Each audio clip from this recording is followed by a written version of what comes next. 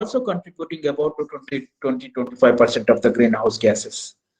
But thing is that probably energy and transport sector may not be impacted by the global change, because so they are emitters, but the impact on those sectors will not be that much. But if there is a 1 degree centigrade or 2 degrees centigrade in the temperature, agriculture sector will be affected mostly, hugely. So given that, how to adopt this changing scenario is very, very important in Indian context, because India is coming in the tropical zone. Our temperatures are very high already. If on top of this, if our temperatures increases 1 or 2 degrees centigrade, our water, there will be a water scarcity, there will be droughts, so many climate change things will happen. So what are the evidence? So evidence, you see, this is the number of cold days, right side. This is the number of cold days. Number of cold days are decreasing over the years. 1960s, 80s, 2000, 2020, it is decreasing. From 2020, these are the estimations. These are the estimation from 2020 to 2080 are from 1960 to 2020 real data. So that means the number of cold days and nights has decreased, and the number of warm days and nights has increased globally. These are the number of warm days are increasing. For example, 10 to 20, 20 to 30 since last maybe 50 years. So this is cold days are decreasing, means we are already a warmer zone, so we are much more discomfort with these hotter temperatures, and warm days are increasing. Frequency of heat waves has increased in large parts of Europe, Asia, and Australia. Heat waves, that is also a big problem, especially we are going to summer months, March, April, May, up to June also. That is the heat wave is a major problem for animals, not only crops anyway during summer months will not be there, but animals, water availability, drinking water, all these problems are there. The Greenland and Antarctic ice sheets has been losing the mass. They are become more, every year they are becoming thinner and thinner. That water is going into this, the melted water is going into the sea, and the sea level is increasing. Glaciers have continued to shrink globally, and the global sea level rose by 0.19 meter between 1900 to 2010. Last 100 years, the global sea level increased by 1.919 meters. It's a huge increase. We all know, if you see that 400, 1,000, 30,000, 40,000 years data, you see all these continents are connected, because during those periods sea levels are very less. So for example, America is connected to Europe through Russia, and even India, these all northeastern states, northeastern countries like Indonesia, Malaysia, all these are connected only. That's why human population migrated from origin is from Africa. Then Africa, they have moved to ASEAN countries, Europe, by land only. There is no sea transport. By land only they have moved from from Africa to Europe, Europe to Eurasia like Iran, Iraq, and Afghanistan. Then they entered in India.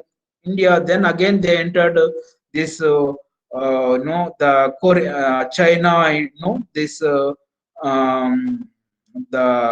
Myanmar, Malaysia, Indonesia, all are interconnected, because during those years the water level is very less.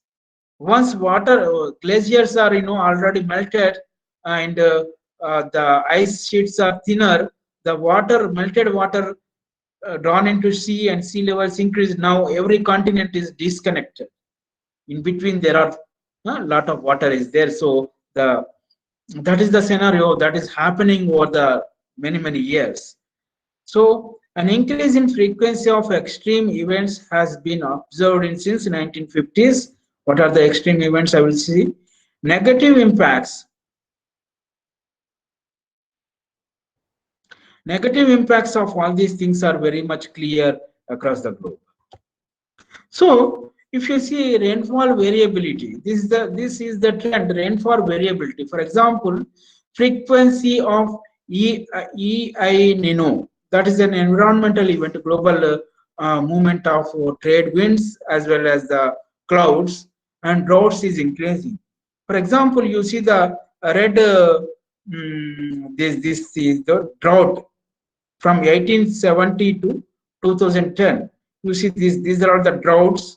Droughts means the water scarcity years. In simple language, drought means there are some scientific parameters, but in simple language, drought means the years with water scarcity. The years with water scarcity or deficit rainfall increased, frequency is increased. For example, no, you see the frequency here, very few, only one or two. But if you see this below this, only 1 year is there. This is probably 1878 or something.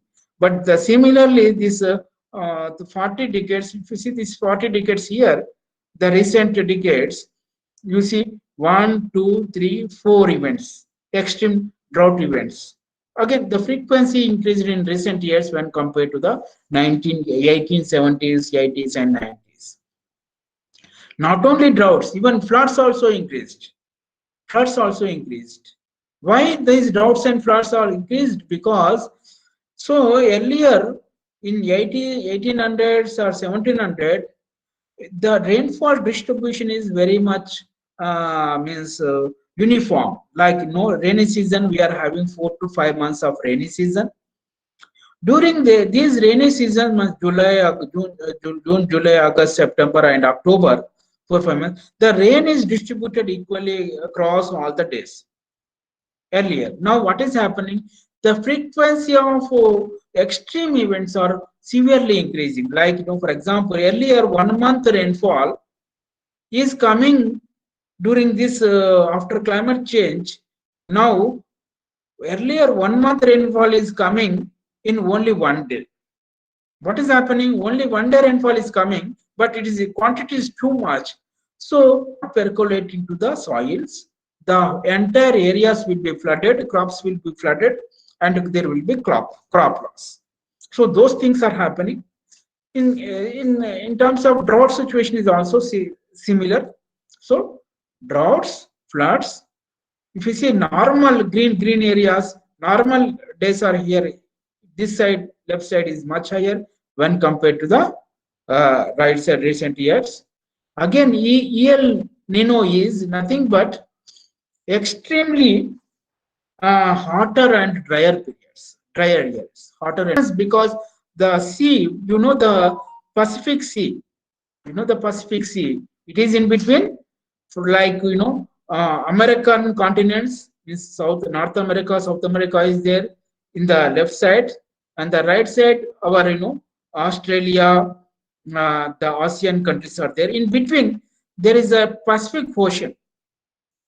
In this Pacific Ocean, if water is warmer, the sea become warmer, then there is a possibility of less rainfall, especially in the our monsoon rains, India. So that is El Nino effect.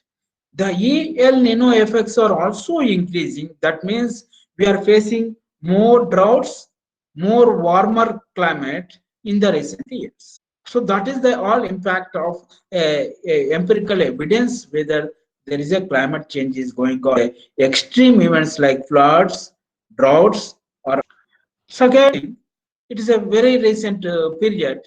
You see, almost every year there is some phenomenon, some extreme aberrations are going on, especially from 2000. 2000 is a rainfall deficit, rainfall 10%. This is the 10%.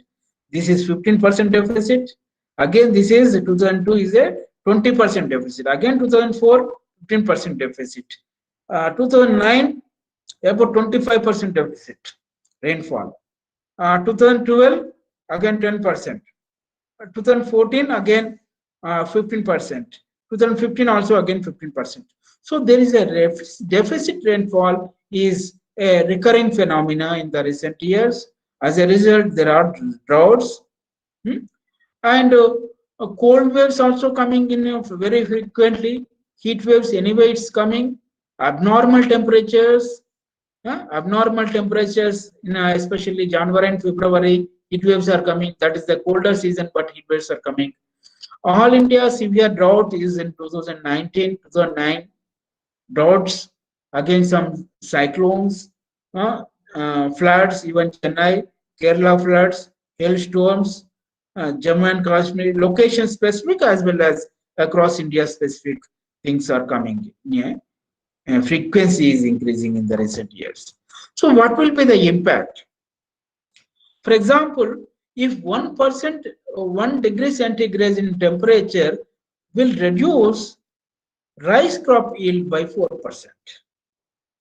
Rice crop under irrigated conditions.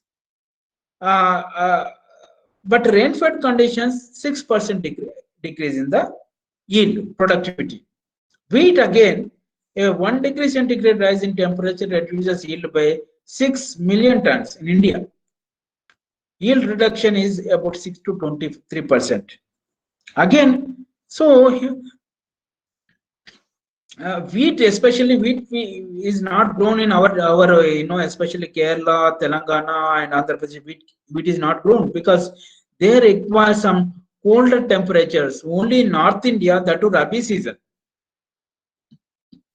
means October, November, December, January, cool temperatures, wheat is grown.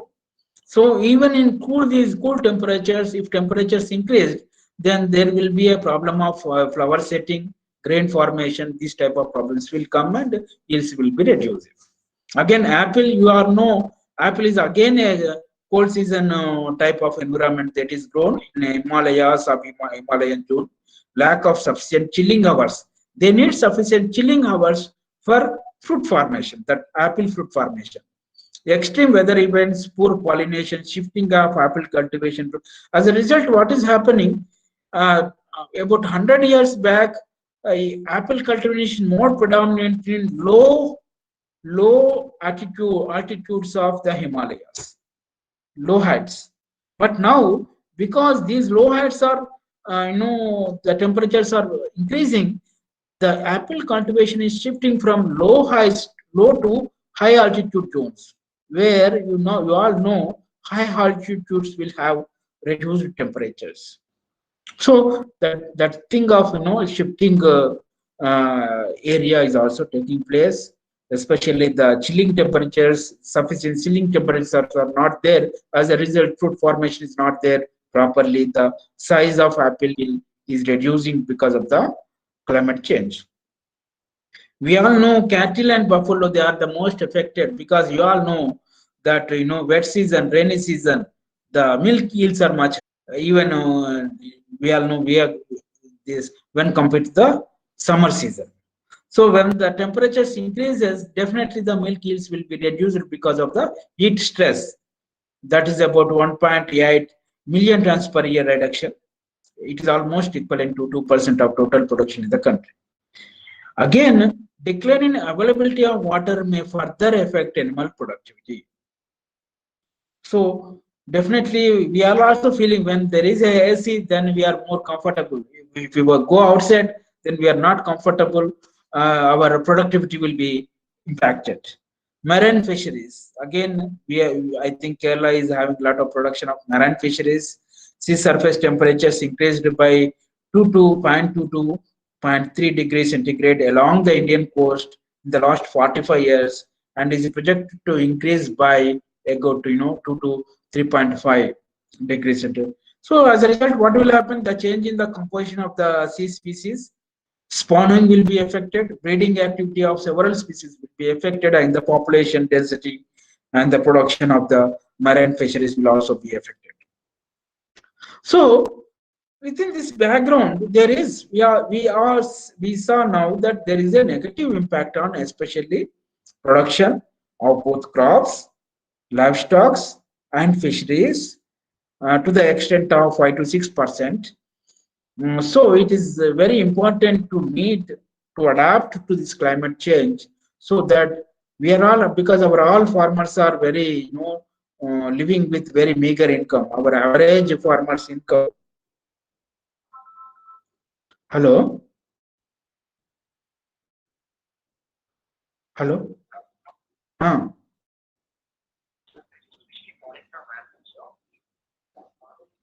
So, so in this national, we are having a national project, National Innovations in Climate Resilient Agriculture. This is called NICRA. This is funded by the Government of India, Ministry of Forest, and also Ministry of Agriculture. We are working on this project more than 5 years. It is about 50 crores or something like each project. Uh, so, what are the main objectives? To undertake strategic research on adoption and mitigation. Strategic research means we have to develop some new varieties which are drought resistant, which can survive in drought conditions, which can survive in flood conditions, which can survive in extreme weather conditions. That is very important. Strategic research on adoption and mitigation. So you know the mitigation and adoption. Mitigation is to reduce the greenhouse gas emissions. That is mitigation. You reduce the greenhouse gas emission so that the global temperatures will not increase. That is mitigation. Whereas adoption is you have to adapt to the changing or increasing temperatures. That is adoption. So to undertake a strategic research on both mitigation first and also adoption.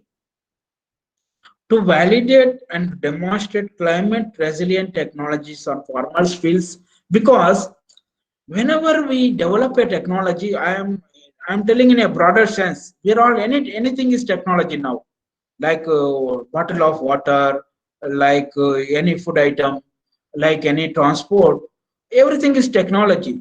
Those technologies, whatever the technologies, they have to address farmers' problems or the client's problems or consumer problems. First of all, in a society, in a village society or in a district, first of all, we have to identify the problems of the society and diagnose those problems in a very clear cut way so that where we can intervene, if we intervene, how we can solve those problems.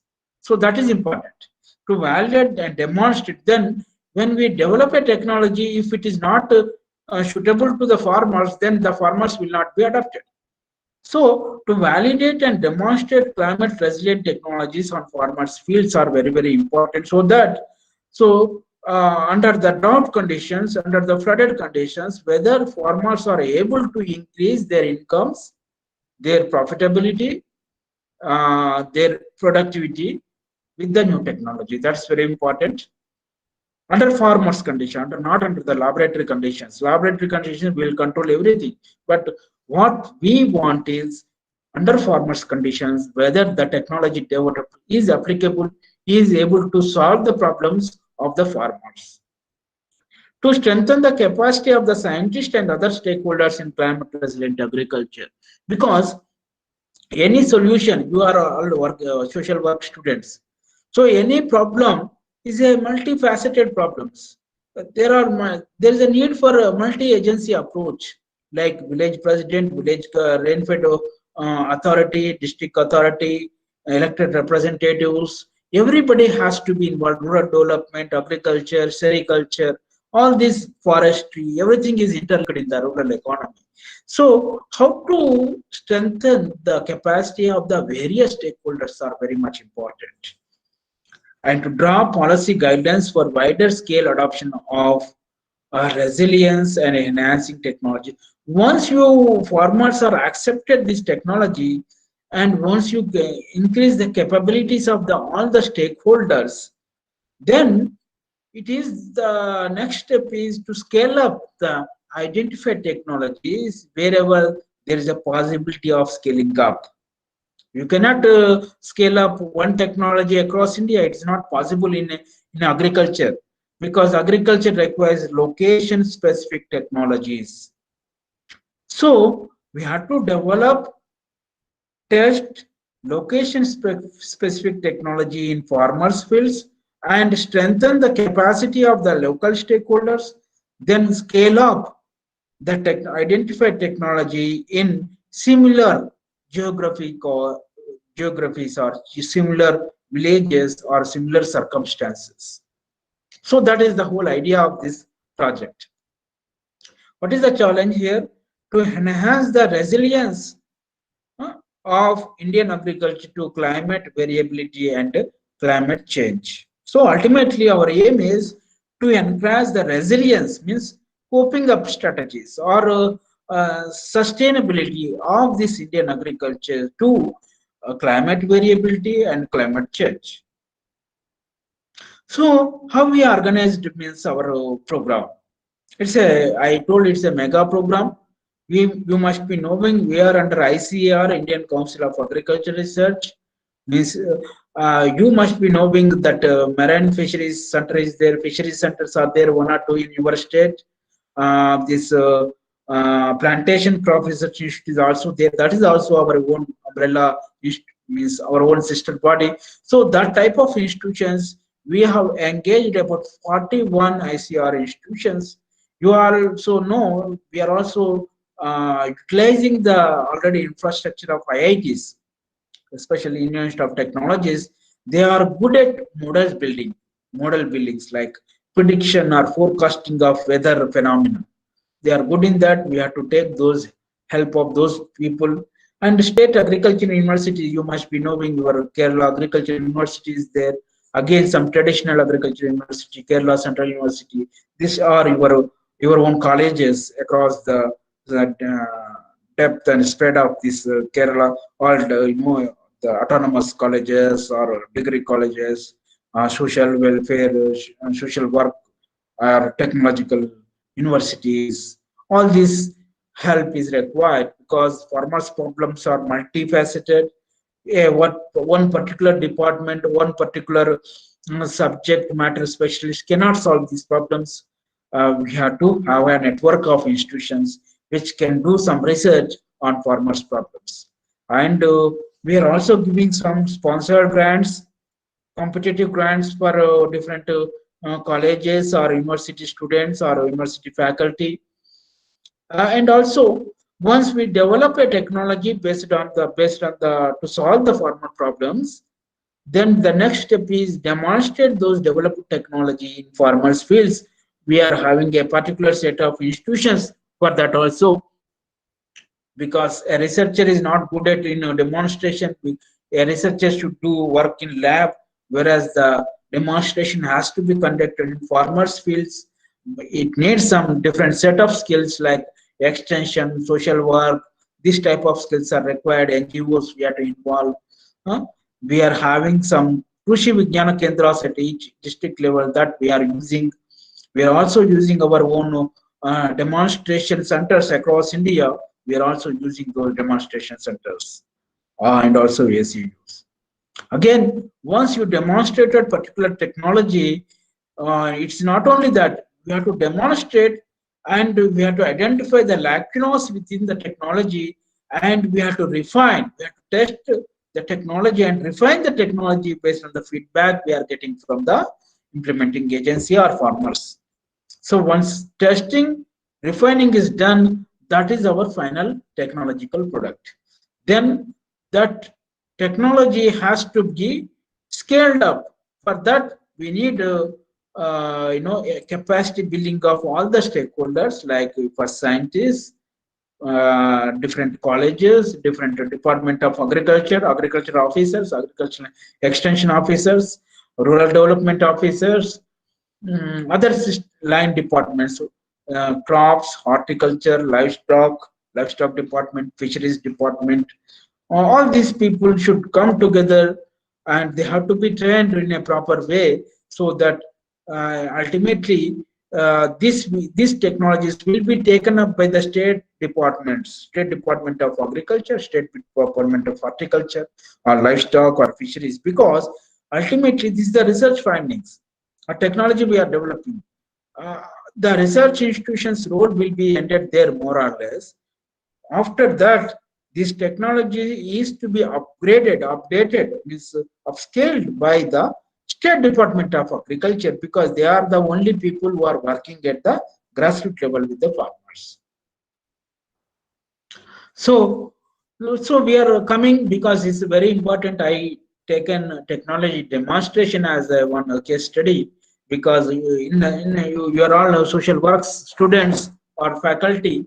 So the demonstration part is very much technology development role. Maybe you are less involved, but demonstrations involving farmers, involving various stakeholders, probably your role may be higher to demonstrate site-specific technology, interventions on farmers' fields for coping with climate-related in vulnerable districts. So we are having about 151 climate-resilient villages in vulnerable districts. So you see here, where are those vulnerable districts? Rajasthan, Gujarat, this is Maharashtra, this is Andhra Pradesh and Karnataka.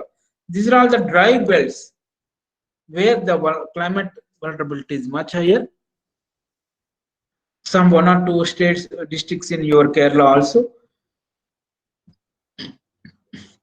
And demonstrate site-specific technologies involving multiple stakeholders, local agriculture officers, local irrigation department, rural development department, MG Narega funds, all this.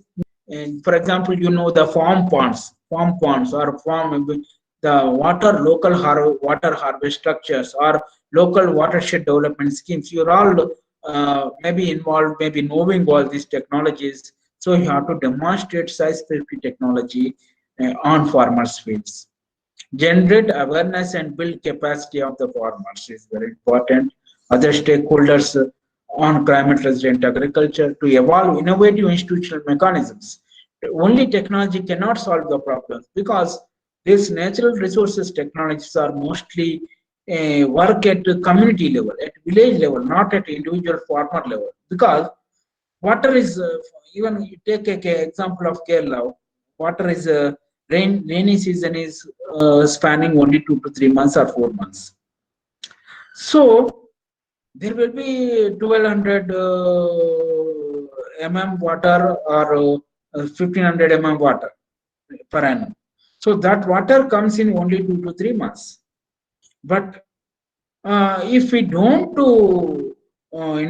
harvest that water through building some check dams, some farm ponds, some farm harvest structure, water harvest structure at village level, not at individual farm level. Village level, we deepen the village tanks to store water or to percolation tanks, and ultimately after end of the rainy season, that water can be utilized in multiple ways, like fishing, like drinking water, like agricultural water, any way we can use. So that water can be used by all the community of the village. And this water structure is at least maybe 4 to 5 acre of land, or even 10 acre or 50 acre of land that is there. That is mostly community land, and entire water is harvested, is utilized by the entire community of the village, maybe 2 3 villages sometimes. It requires community effort. So for to mobilize community effort, you need innovative institutional frameworks is very much important. Village committees under the leadership of some progressive farmers, these type of things are very much important. Well, achieving the above objective, climate resilient village approach was about. So, screening agro biodiversity for climate resilient. For example, what I told, we need to develop drought resistant varieties.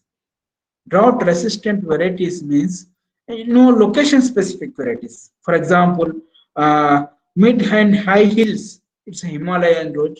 Some other variety is required. Whereas plains, northeastern hills, western and eastern Ghats, which we are all living. Some other crops, some other varieties required. So we have to screen all the biotechnologies, location-specific technologies, identify those technologies for wider adoption. And we can see how they are performing, especially terminal heat stress tolerance. Heat will be, we are telling the temperatures will be increasing, globe will become much more warmer. That means how we have to address these problems. Terminal heat stress tolerant varieties of any crop is very much important. So again, once we develop the technology, because there is some debate is going on, like climate resilient means only you have to use traditional varieties, only you have to use organic agriculture, only you have to use natural farming. This type of things, they are all only opinion based. There is no proper reasoning for these arguments. Any science is scientific output. Science is mostly and 100% with reason, and scientific output has to be used wherever applicable for the betterment of the mankind. That is important. So it is not the so this technology, you have to use the modern technology to develop some modern varieties like GM crop or BT cotton. These are all the modern technology. Without modern technology, we cannot develop our capacities, or we cannot increase our productivity. Especially you are seeing the live example is cotton. We have increased cotton production about 3 to 4 times after introduction of genetically modified cotton. So there are, we have to ultimately any technology we have to examine with reason whether the technology is full or not. With just opinions, we cannot come to conclusion. So climate change also, we have to use this modern technology. For example, even electricity production, we are shifting from coal, thermal power to hydropower, thermal power to nuclear power, thermal power to now, we are transport. We are shifting from oil to electric battery vehicles. So technology is a tool. How you can use that is up to depend on the socio-economic situation of the country or the state or the people. So to develop some heat tolerant, heat resistant, which survive in high temperature conditions, we have to use molecular breeding, climate smart varieties to increase the productivity and livelihoods. Again, so we told that there is a positive. There are normal here. For example, even normal rainfall probably in Kerala is 1600 mm or something like that, or 1100 or 1200 mm. So sometimes what will happen? Generally, we are also seeing. Generally, July 5th may be July 5th may be the onset of monsoon. It may delayed for maybe 1 month sometimes. Under those circumstances, if there is a delay in the monsoon onset, what should be done? This is called contingency plans. Contingency plans. Normal conditions, there is no need of applying, some different technology. Normal technology is applicable. But when there is a delay in onset of monsoon by 1 month, what should be the technologies at each district? So our institute developed district agricultural contingency plans. Each district of 700, about 730 districts are there across India. We have almost developed contingency plans, except UDC. All green area, all we have developed. Pending is just 37 districts, especially northeastern district, because of the lack of data, and some Gujarat districts.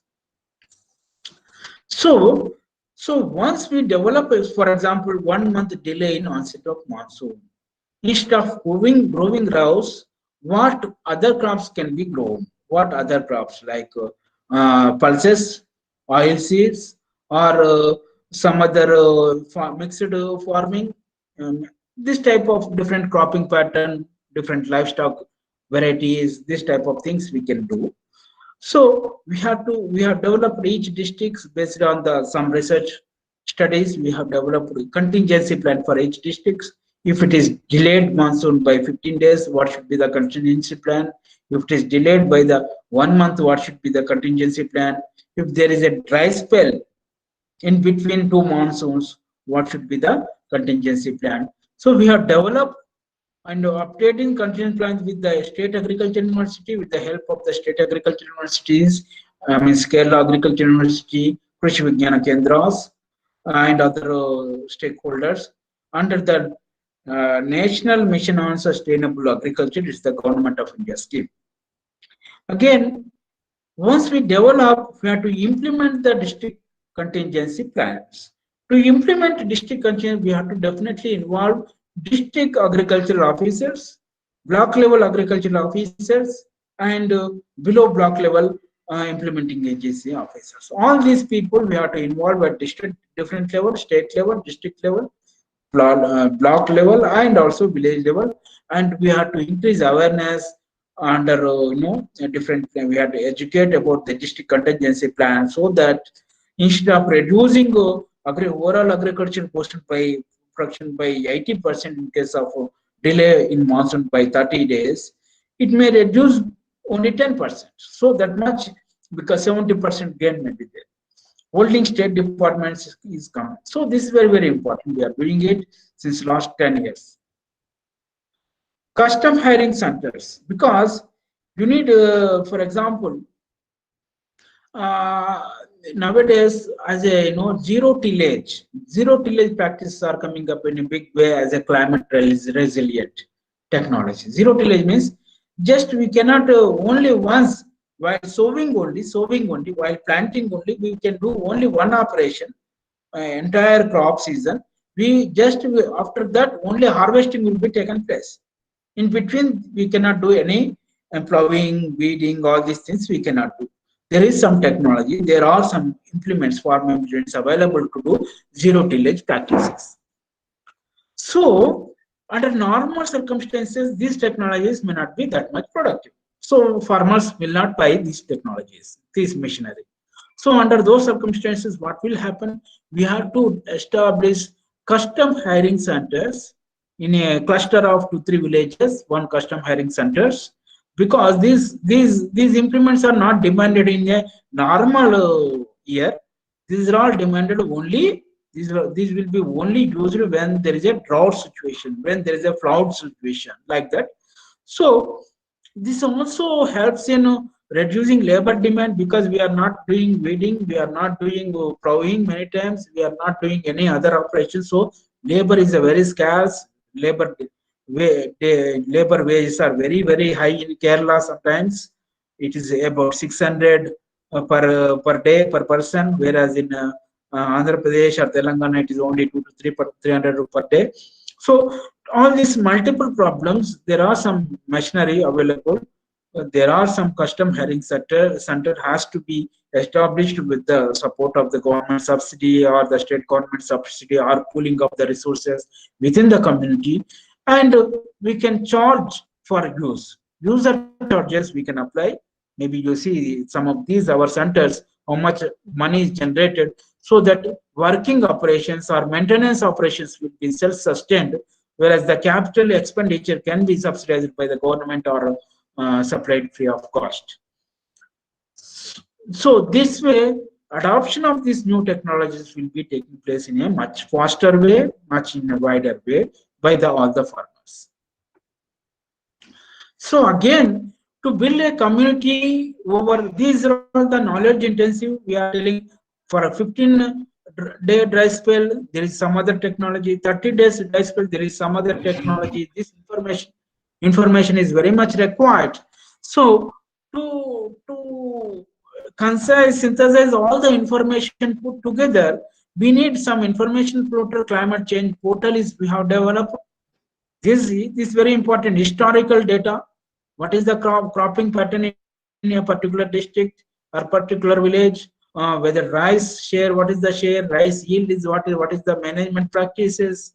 And also agrometeorology, how the the rainfall in each day, those things also feed into the system. And climate forecasting, maybe after 2 3 days, short term, medium term, and long term forecasting is there. Meteorological department, they are forecasting. So maybe 2 to 3 days is very accurate. 1 week is a little bit of accurate. Maybe if you take 30 days, sometimes it is also accurate. Now the prediction models are very much perfect because we are using the technology of sophisticated state-of-the-art technology. Models run by some IITs, mathematics, and all these technologies we are using. So our forecasting accuracy levels of our forecasting technologies are much accurate now. Their adoption, when they are accurate, we can easily apply for our daily use. Again, agriculture science, what are the scientific knowledge, and also sometimes farmers will have a lot of knowledge, local knowledge. We have to take farmers knowledge into this portal through focus group interactions, all these things. Then ultimately these practices has to be adopted by the farmers with the help of the local agriculture department, rural development department, all these things. So a portal has to be developed, and it is in this portal all the information, necessary information collated, and probably some artificial intelligence type of arithmetic can be used to develop some local solutions at a village level or at a smart village level, so that form this information will be shared by all the stakeholders, so that every department will be cooperate to implement this advisory. And climate resilient villages, how the concept is. So I already mentioned 151 climate resilient villages established under the scheme. So we are having climate resilient, having four components. You see here four components. Crop production systems is the first component. Crop production systems, we are, because farmers bread and butter is crop production. They need profits. Without profits they cannot grow the any crop. So crop production system is the first one. And in that, what will happen? Integrated farming systems, resilient cropping systems, crops and cultivators composition, how we can change from paddy to other crops, high value crops, or plantations, rubber, tea, coffee plantation crops. These all comes under that decision making under that sector. So enabling environment supporting system. Enabling supporting system is comprising of, as I mentioned, custom hiring centers. Again, nowadays, two important things: seed banks. Local seed banks are developed. Local seed will be produced by local farmers only and distributed among themselves. And fodder bank, because nowadays livestock or animal milk, a dairy or a growing area, lot of demand both in domestic market as well as international markets. Even in your case, this mm, the feed, especially the marine fisheries feed.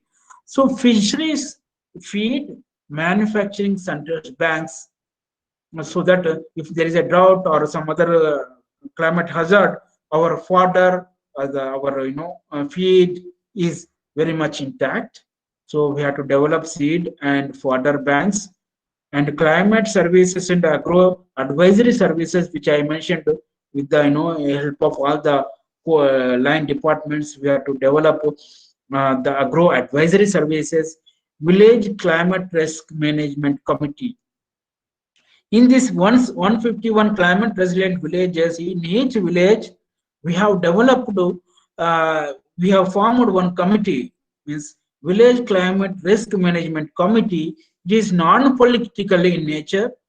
Only active farmers are involved in this committee, so that there will be reduced political intervention in this committee, and their just focus is how to increase farmers' income under drought or risk conditions. So this is what this enabling supporting system.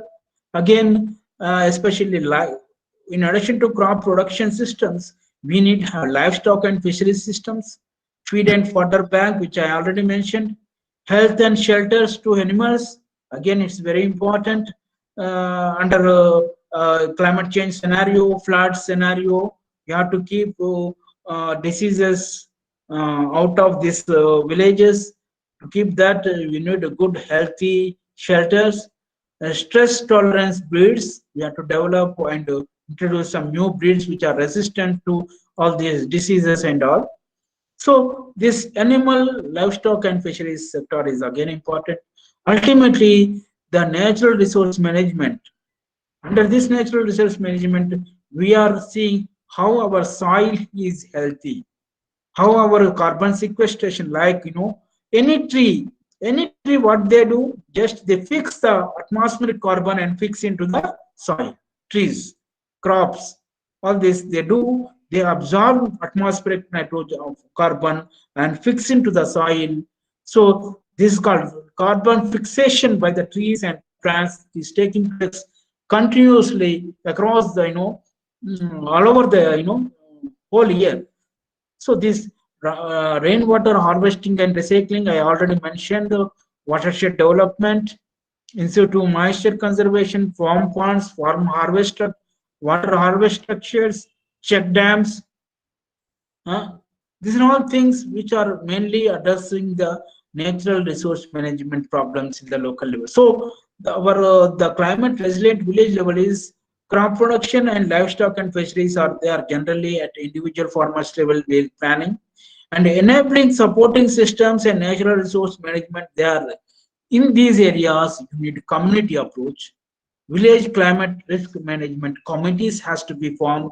There is a need for cooperation among the farmers, adjacent farmers, to build some farm ponds or to build water harvest structures.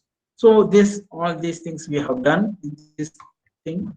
Again, so to select this climate resilient villages, so we have selected first of all we have selected the districts where uh, there is a more risk. You see, vulnerability index means more risky districts. You see, these are all the brown, very high risky. Rajasthan, Gujarat, this is the Maharashtra, this is Karnataka, this is Tamil Nadu. Though this belt is like this. This belt is very high risk then. And you see this number of this percent of the districts. So Rajasthan highest percentage, Gujarat, Karnataka, Madhya Pradesh, Bihar, Uttarakhand. Whereas the least Tripura, Sikkim, Pondicherry, Nagaland, and also Kerala is one of the least, especially least drought conditions prevailing in the. So we have selected first districts. Within districts, we have selected. This is how we have gone about. This is the flow chart. Selection of vulnerable districts first by using that atlas we have developed. Selection of vulnerable blocks and villages. By first of all, after selecting, then we have gone to district agriculture officers. Then we have taken some secondary data about rainfall of block level rainfall and all. We also discussed with the district agriculture officer where are the most drought or vulnerable or risky zones or blocks are there or villages are there. After discussion with them, then we gone a little bit lower level, block level, and with block after identifying blocks, we have gone to block level officers. Then we have discussed with them, and with the help of them, we have selected the most drought prone villages. Then before starting the work, we have to understand what are the social problems, socio-economic issues, what are the problems faced by the farmers, what are the risk types, and which are the most risky situations. So baseline survey, under this baseline survey, we have asked all these questions. What are the different risks faced by the farmers, distress situations faced by the farmers in agricultural sector, in livestock sector, in fisheries sector, even within households, what are the main problems in that particular village by the different sections of the households. Then prioritize those problems within the focus group interactions. We have formed some small scrap groups, identify fishbone diagrams. We have done a fishbone, for example, we identified major problem is probably drought, crop failure. Once we identified major problem, about 30% or 80% crop failure. Then once identified the crop failure as a major problem, and then a little bit why there is a crop failure. What are the reasons? Why means somebody will tell disease, somebody will tell drought, somebody will tell floods, something like that. Then there is a whiteage. Then the floods. Each then you go to floods. Floods again. Why there is a flood problem? Whether there is a no water harvest structure, whether there is a soil, no soil and water conservation, or any other problem. So like that, a fish bone diagram, you see fish bone, big bone, after that a small bone, again small bone, like that. We have to analyze the problems, dissect the problems, prioritize problems based on that. And technological, each identified problem, we have we are already having a developed technology. We just match the technology available with the identified problems to solve that particular problem, and estimate budget estimations and implementation plan, how we can go about implementing this particular technological options or institutional options.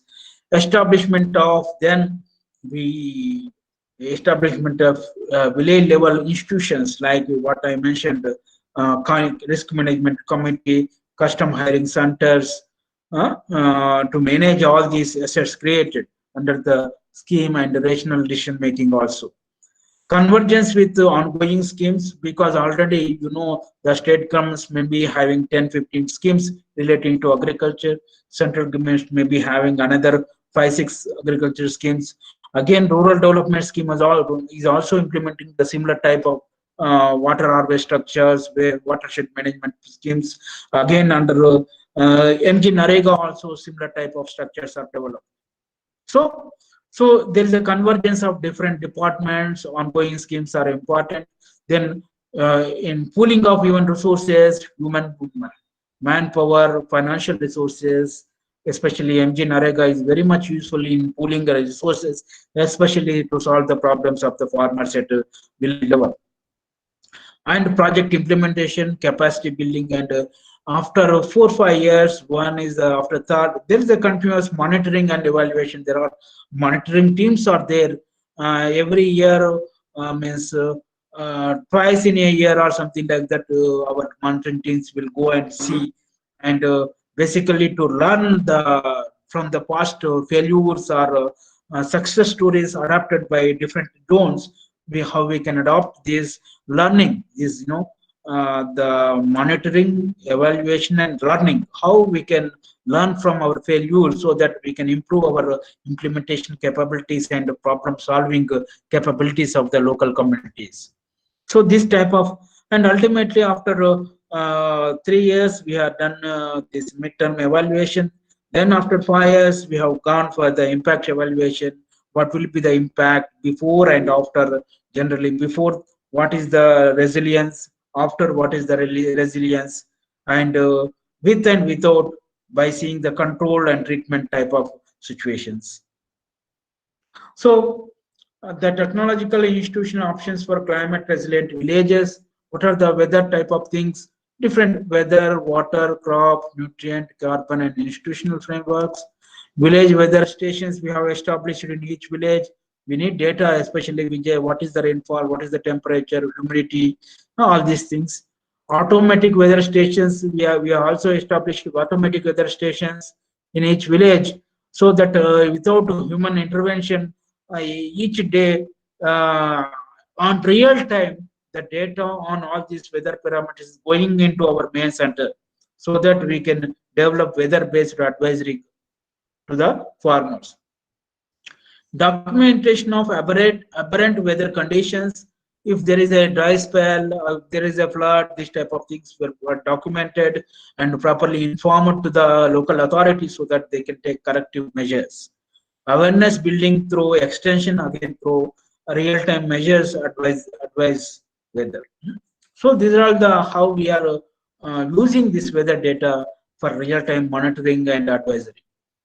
Water, water aquifer recharge, groundwater recharge by farm ponds, watershed development, in situ moisture conservation, farm ponds, efficient application systems, drainage systems has to be developed when there is a flood situation, integrated farming systems, uh, uh, flood diversion, and community management of water. Because especially in Kerala, maybe the flood rather than the drought, flood may be the problem.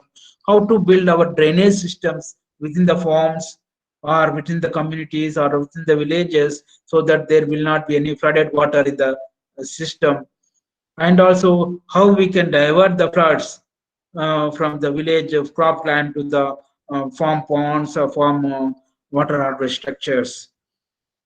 This you see this drought tolerant varieties we have introduced, flood tolerant varieties also we have introduced, saline tolerant varieties also introduced, intercropping systems, efficient rice systems. These are all things, some of the technological interventions from crop side.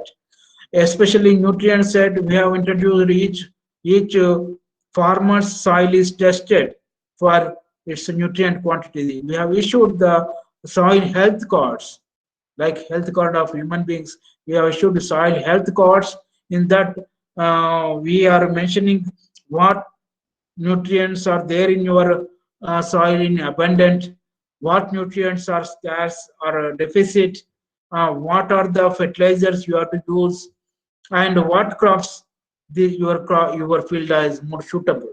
This type of advisory is given based on the soil test values.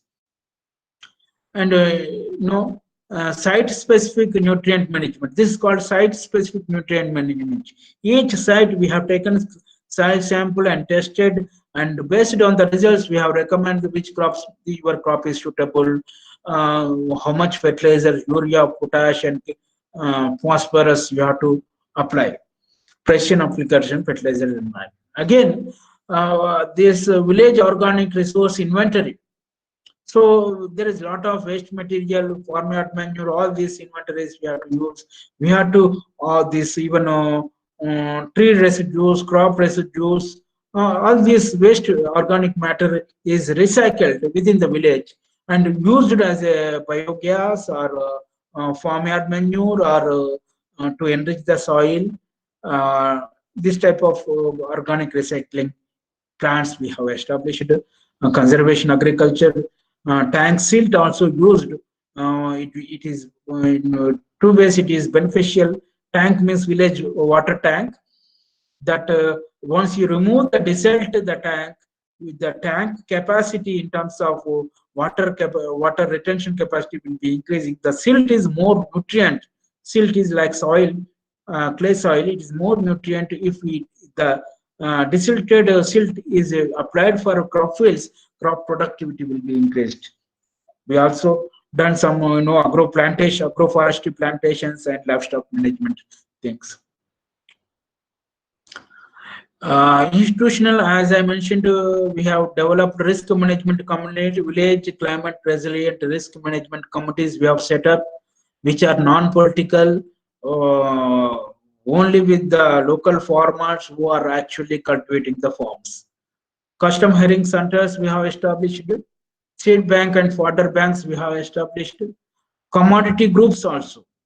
For example, in a particular area, rubber plantations are more, so we have formed rubber plantations associations, rubber plantations producer companies, something like that we have formed, so that a better coordination in especially for marketing of this produce or branding of this produce, and also capacity building. So dealing with drought, so we have seen this region of frequency of drought conditions. Frequency, you see droughts frequency, it is Rajasthan, Rajasthan, Gujarat, Haryana, and also little bit of Tamil Nadu, Andhra Pradesh, this Maharashtra, Madhya Pradesh, eastern part of this western part of Madhya Pradesh. This is the drought affected, high frequency occurrence. So under these such circumstances, what we are planning, in situ conservation of both soil and water, especially water conservation, water harvesting and efficient tools like farm ponds, farm harvest structures, watersheds, life-saving irrigation to crops, once we dig the farm pond, there will be water available. This water can be used for at least one irrigation, so that the crop yield will be increased by 20 to 30%. That means farmers' returns will be increased by 30 to 40%. With a single irrigation, if you construct a water harvest structure within your own farm, you can definitely increase your returns by 30 to 40%. So that type of arrangements we have done. Drought escaping cultivators. Drought escaping here is nothing but short duration. For example, for example, one rice variety which is sown in the month of July and harvested in the month of October, means generally after in the month of October. But by the August, all rains will be over. September and October is a drought period. So if you develop a short duration variety, June, sown in the June, July, August, within 3 months, if it is harvestable, then you are escaping the drought of October month. So that way, short duration varieties will escape the drought situation, terminal drought. And intercropping systems, soil health and organic matter, soil health conditions, strengthening farming systems. So there are some of the technologies we are preparing farmers with these technologies is very important. Again, resilience indicators. We have developed some resilience indicators, which we are comparing after impact studies before the scheme started and after the scheme started. Is there any improvement in the resilience? What is the resilience? Farmer level resilience is proportion of normal yield means yield obtained in stress by normal yield. If under stress condition also yield is equivalent to normal yield, then we are resilient. And if we reduce the yield loss, then also we are resilient.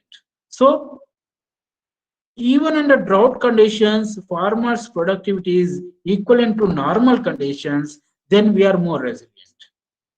And even under very high pest and disease attack, we reduce the loss, then we are increasing resilience of the farmers.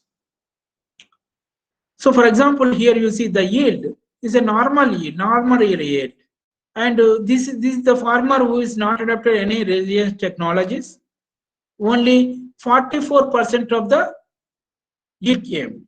Whereas our adapted farmers yield is 95% of the normal, 91% of the normal, 80% of the normal, and 91% of the normal with the adoption of these new technologies. Similarly, this situation. So again, we have to compare NICRA villages, our project villages, with the non-project villages. You see the losses are very less. The productivity is near about 50%, whereas non-project area it is only less than 30%. So I am audible? Hello, anybody can respond? Yes, sir, you're audible. Okay. How much time left?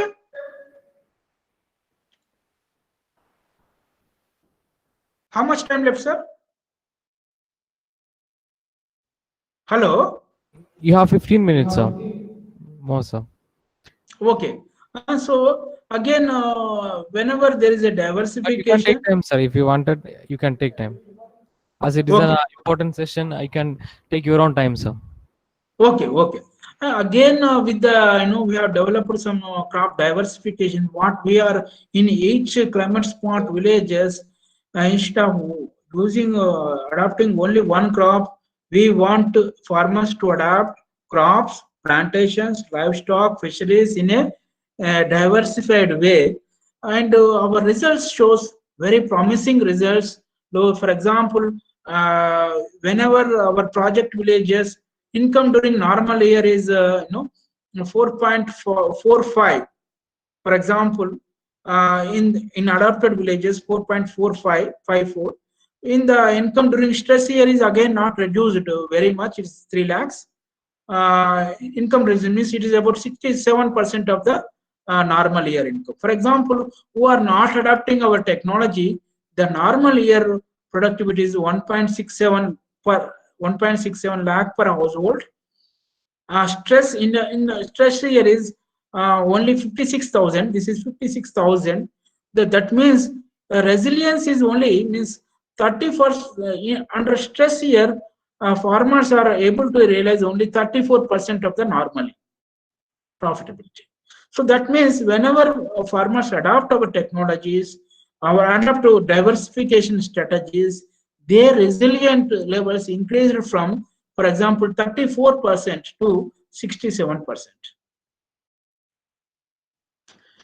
Dealing with floods and cyclones, we have already discussed how to deal with drought conditions, uh, how to deal with the floods and cyclone situations, because your state is also coming in this belt. No, flood affected region, most of the Kerala is affected, and cyclone affected region also a little bit of affection is there. So under these circumstances, what are the contingency plans? Renovation of drainage channels are very, very important, either within the village or within the farms or in community land. Renovation of drainage channels are very, very important. That is on high priority. Land configuration and planting techniques. There is spacing. There are some different type of soil manipulation where these crops will not be affected by the flood conditions. Flood tolerant cultivators. There are some flood tolerant cultivators, like for example paddy. Even though entire crop 1 meter water is also there, some of the varieties are there. They can survive, and paddy yield will not be decreased under the 1 meter water lodging condition also. Post-flooding management practices and prevention of disease and vaccination in animals, especially once there is a flood, there is a lot of animal diseases spread across, even from man to human, human to man, yeah, man to animals, plants to animals, these type of things.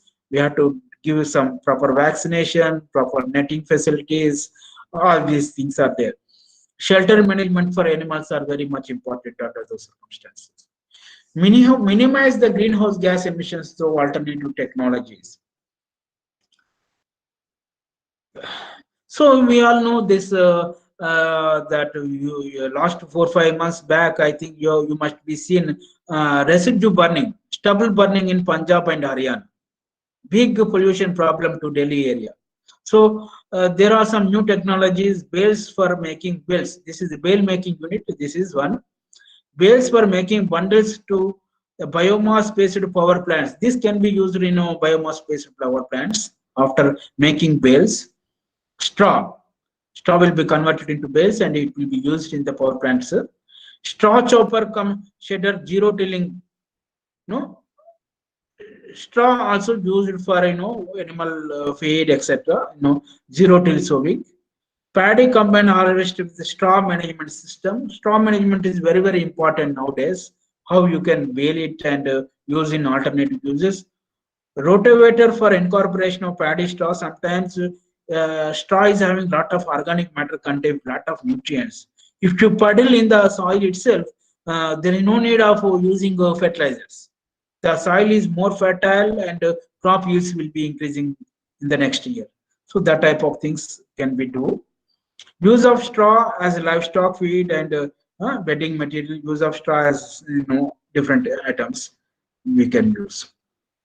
Micro level agromet advisories. We are also developing block level, as I mentioned already, block level agromet advisory bulletins by using our, this meteorological, Indian Meteorological Department, micro level agromet advisory services. We are collating all the data across India and even from Automet advisory, the Adromet lab established at the village level. We are also taking that data, compiling the data, and giving farmer friendly advisory through our representative field information facilitator to local farmers, so that they can easily, there will not be any gap between what the information provided through the agro advisory and farmers practice.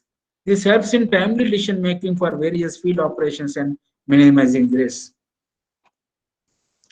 And as already mentioned, institutional interventions, village climate risk management committee, which is non-political institution within the village, which is not the all this village president, village panchayat members, they may not be included in this committee. It's purely farmers committee. Custom hearing centers we have established, seed bank, fodder bank, commodity based organizations, as I mentioned, rubber plantation associations, something like that. So, assessment of carbon balance due to resilient practices at village level. Ultimately, after doing all these things, what will be the impact? Whether all these practices reduce carbon emissions in a particular village. So, that is a very good indicator. In addition to the increasing farmers' incomes and profitability, that also we have evaluated from what is the emissions from annual crops, irrigated rice, perennials, non-forest land use cultivation, livestock and inputs. Because all these will generate some emissions. How with this climate smart practices, how much is the reduction in the greenhouse gas emissions? Also, we have studied, and probably we can use this reduced carbon emissions in a carbon trade credit. Carbon credits also we can take at community level. Building capacity of farmers is key for achieving resilience again.